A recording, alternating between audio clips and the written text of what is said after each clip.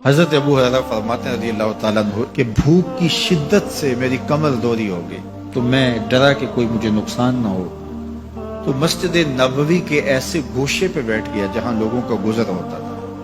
میرا خیال یہ تھا کہ کوئی شخص مجھے دیکھے گا اور دیکھ کر کے پہچان جائے گا کہ مسئلہ کیا ہے، لیکن جو بھی گزرتا سلام کر کے چلا جاتا، شاید اسے جلدی ہوتی، یا پھر ہستی پلکوں کے نیچے غم بھی پلتے ہیں، مگر کون دیکھتا ہے اتنی گہرائی میں۔ میں نے سوچا کہ ایک قدم اور آگے بڑھوں اور آنے والوں سے ہم کلام ہوں، جب میں ان سے بات کروں گا تو میرے لہجے سے وہ میری آواز کی شکستگی سے پہچان جائیں گے کہ میرا مسئلہ کیا ہے۔ تو کہتے ہیں حضرت عمر رضی اللہ تعالیٰ عنہ آئے، میں ان سے کوئی مسئلہ شرعیہ دریافت کیا، لیکن شاید انہیں بھی جلدی تھی، انہوں نے مسئلہ بتایا اور آگے بڑھ گئے۔ میں پریشان تھا کہ حضرت سیدنا صدیق اکبر رضی اللہ تعالیٰ عنہ آئے، میں نے ان سے بھی قرآنی آیت کے بارے میں سوال کیا، لیکن وہ بھی جلدی میں تھے اور انہوں نے بس آیت بتائی اور آگے گزر گئے۔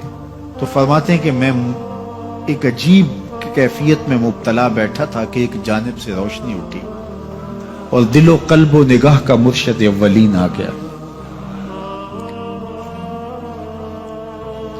تو کہتے ہیں حضور آ گئے، تو چونکہ میری عادت بنی ہوئی تھی کہ میں ہر آنے والے سے مسئلے پوچھ رہا تھا، تو میں نے حضور سے بھی مسئلہ پوچھ لیا۔ تو حضور نے میری جانب دیکھا اور پھر زیر لب مسکراتے ہوئے بولے، ابو ہریرہ بھوک لگی ہوئی ہے؟ میں نے کہا جی حضور مجھے بھوک لگی ہے۔ کہا میرے پیچھے آ جاؤ۔ حجرات اقدس کی قربت میں حضور پہنچے تو اہل خانہ کو آواز دی کچھ کھانے کے لیے ہے؟ تو انہوں نے کہا دودھ کا ایک پیالہ ہے۔ مجھے فرمانے لگے ابو ہریرہ وہ جو صفہ کے چبوترے پہ بیٹھے ہیں جاؤ ان کو بلا لاؤ۔ کہتے ہیں دودھ کا ایک پیالہ، اور مجھے تسکین ہوئی تھی، لیکن 70 آدمی بیٹھے تھے وہاں۔ خیر حکم تھا، میں بلا لایا، میرے ہاتھ میں دودھ کا پیالہ دیا، کہا ابو ہریرہ دائیں سے شروع ہو جاؤ۔ اب میں ایک شخص کو پیالہ دیا اور دودھ کو دیکھنے لگا، اور وہ سیراب ہو کے گٹا گٹ پینے لگا، اپنی بھوک اور پیاس مٹا چکا، اور میں نے دیکھا کہ ایک قطرہ بھی کم نہیں ہوا۔ میرے اندر جو پہلے وسواس اٹھ رہے تھے اور مجھے جو احساس ہو رہا تھا وہ مٹ گیا۔ پھر میں نے دوسرے کو پیش کیا، اس نے بھی سیراب ہو کے پیا، لیکن دودھ ایک قطرہ بھی کم نہیں ہوا۔ پھر میں نے تیسرے کو دیا، چوتھے کو دیا، 70 آدمی دودھ پی گئے، لیکن دودھ میں سے ایک قطرہ بھی کم نہیں ہوا۔ لگتا تھا رب نے اس دودھ کا تعلق حوض کوثر سے جوڑ دیا۔ تو حضور نے فرمایا ابو ہریرہ؟ میں نے کہا جی حضور۔ فرمایا کون باقی؟ میں نے کہا حضور ایک آپ باقی اور ایک میں باقی۔ تو فرمایا اب تم پیو۔ تو کہا کہ میں نے دودھ پیا اور خوب سیراب ہو کے پیا۔ حضور نے فرمایا اور پیو۔ میں نے اور پیا۔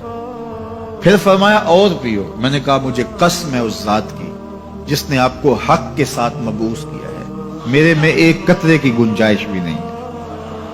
حضور نے میرے ہاتھ سے دودھ لیا اور خود نوش جاں کرتے ہوئے فرمایا ساقی القوم آخرہم شربا، قوم کا جو ساقی ہوتا ہے وہ آخر میں پیتا ہے۔ تو دودھ کا ایک پیالہ 72 لوگوں کے لیے کافی ہو گیا۔ یہ صحیح حدیث کے اندر حضور کا معجزہ موجود ہے، آپ نے بارہا علماء سے سنا۔ لیکن اس تربیتی عمل سے بھی کبھی غافل نہ ہونا کہ 2 جہاں کا سردار ہے اور 71 آدمیوں کا جوٹا نوش جاں کر رہا ہے۔ آج جب دولت پھیل رہی ہے، لوگوں کے پاس وسائل زیادہ ہوتے چلے جا رہے ہیں، تو ان کو ایک دوسرے سے گھن آنا شروع ہوتی ہے، برتن الگ ہوتے چلے جاتے ہیں۔ اسی زمانے میں تمام افراد ایک ہی برتن میں بیٹھ کے کھاتے تھے۔ پہلے یہ ہوتا تھا ایک گلی میں 2 امیر رہتے تھے، 4 غریب رہتے تھے، 2-3 مخیر حضرات اور جو ہے وہ کچھ متوسط لوگ رہتے تھے، اور ایک چھوٹا سا کنبہ اور قبیلہ ہوتا تھا، اور وہ ایک دوسرے کی ضرورتوں کا خیال رکھتے تھے۔ پیسے زیادہ آ گئے تو اب امیروں کو اس گلی سے گھن آنے لگی، تو وہ وہاں سے نقل مکانی کر گئے، انہیں وہاں رہنا اچھا نہیں لگتا۔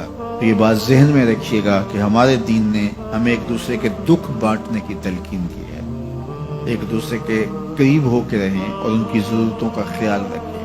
اپنی استطاعت کے مطابق کسی کی عزت نفس کو نقصان پہنچائے بغیر، شہرت، ریا اور کسی اس طرح کی مرض کو اپنے قریب جو ہے وہ نہ آنے دیں، اور لوگوں کی اس مخفی انداز سے مدد کریں کہ ان کی ضروریات پوری ہوں۔ بلکہ میرے حضور نے ارشاد فرمایا، جس شخص نے صدقہ کیا اور اتنے مخفی انداز میں کیا کہ جو دائیں نے خرچ کیا بائیں کو خبر نہیں ہوئی، جب بائیں کو خبر نہیں ہوئی تو ہمسائے کو خبر کیسے ہوگی؟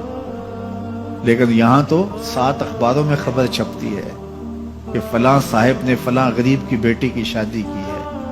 ذرا سوچ، اگر یہاں تیری بیٹی کھڑی ہوتی تو تیرا روح سخن کیا ہوتا؟ لوگوں کی غربت کا مذاق نہ اڑاؤ، لوگوں کے جذبات سے کھیلو نہ۔